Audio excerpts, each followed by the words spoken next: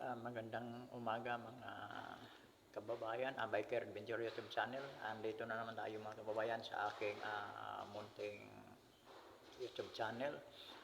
Pag-usapan natin ngayon mga kababayan itong sitwasyon sa ating lipunan ngayon. No?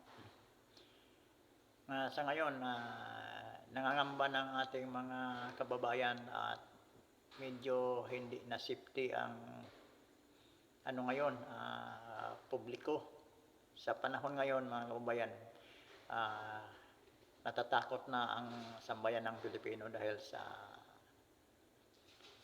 ang mga kriminal ay andito na naman, no? Ang mga adik, ito na naman. Hindi tulad sa panahon ni dating PRRD, pwede kang maglakad kahit sa hating gabi. Safety ka. Ngayon mga kababayan, ang mga Pilipino nga dati kumukontra kay PRRD, ngayon hinahanap na nila ang serbisyo ni PRRD. Kasi pag ikumpara ang sitwasyon noon kaysa ngayon, malaki ang pagkakaiba. Kasi ngayon hindi ka na safety maglakad sa lansangan, lalong-lalo na sa gabi mga kababayan. Pakinggan natin itong hinanakit ng ating mga kababayan.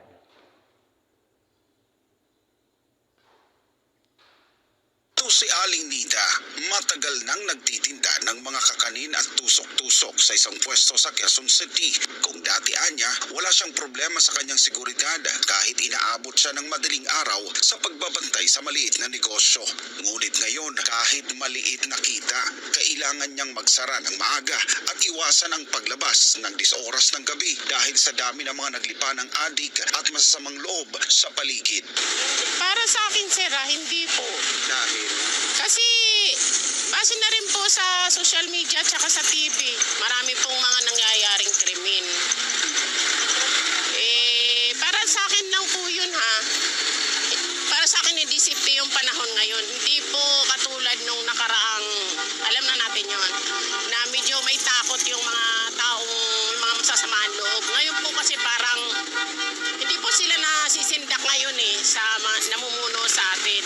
Pero siguro naman po kung bibigyan ng example na meron talagang paparusahan, baka sakali po.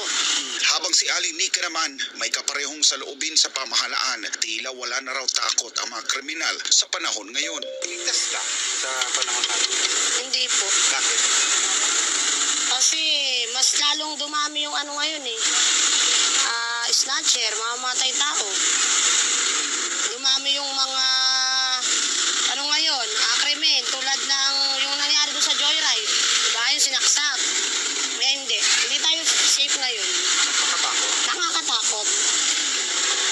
Ang dalawa hindi napigilang ikumpara ang panahon ng panunungkulan ni dating Pangulong Rodrigo Roa Duterte, kung saan maayos, payapa at disiplinado ang mga tao. Kung may mga masasamang loob man nila, bibihira lang dahil sa takot ng mga ito sa matapang na pamumuno ni Duterte. Tulad namin, ganito yung hanap buhay namin dito sa labas.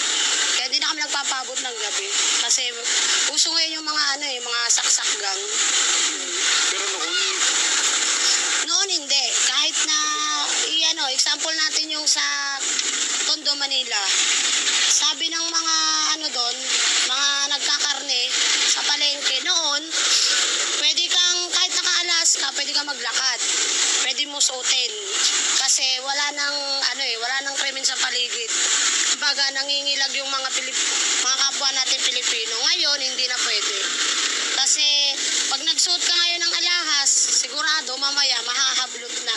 Nananawagan din si Aling Nida at Aling Nika sa pambansang pulisya, lalo na ngayong malapit nang magpalit ang kanilang liderato. Kung sino man po yung uupo na bago ngayon, paigtingin po yung seguridad sa mamamayan. Kasi para sa akin lang po, hindi po safety ngayon na naglalakad sa lansangan sa 10 oras ng gabi. Kasi nakikita mo sa paligid, ang daming gumagala na mga, alam mo na yun kung ano ibig mong sabihin. Yun po para sa akin yun po. Nauna nang ipinaalala ng DILG na hindi dapat ang mga datos o numero ng PNP ang basihan ng pagsasabing ligtas ang publiko. Ang tunay na sukatan ayon sa kanila ay ang pakiramdam ng mga mamamayan kung sila ba ay ligtas sa ilalim ng kasalukuyang pamahalaan. Mula nung umupo itong gobyerno gobyerno na to, walang nangyayari. Mas lalong lumala ang drugs. No, si Duterte, totoo lang, ayoko kay Duterte. Pero pinasihan ko yung panahon ni Duterte at saka panahon ngayon, pasok ka pa si Duterte. Tama lang yan na sinasabing patayin ang mga ate.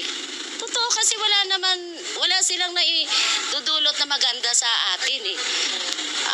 Lalo na sa mga may bisyo na hindi naman nila kaya, tapos bastos pa sa mga pamilya nila, hindi sila marunong rumispeto ng mga kapwa nila.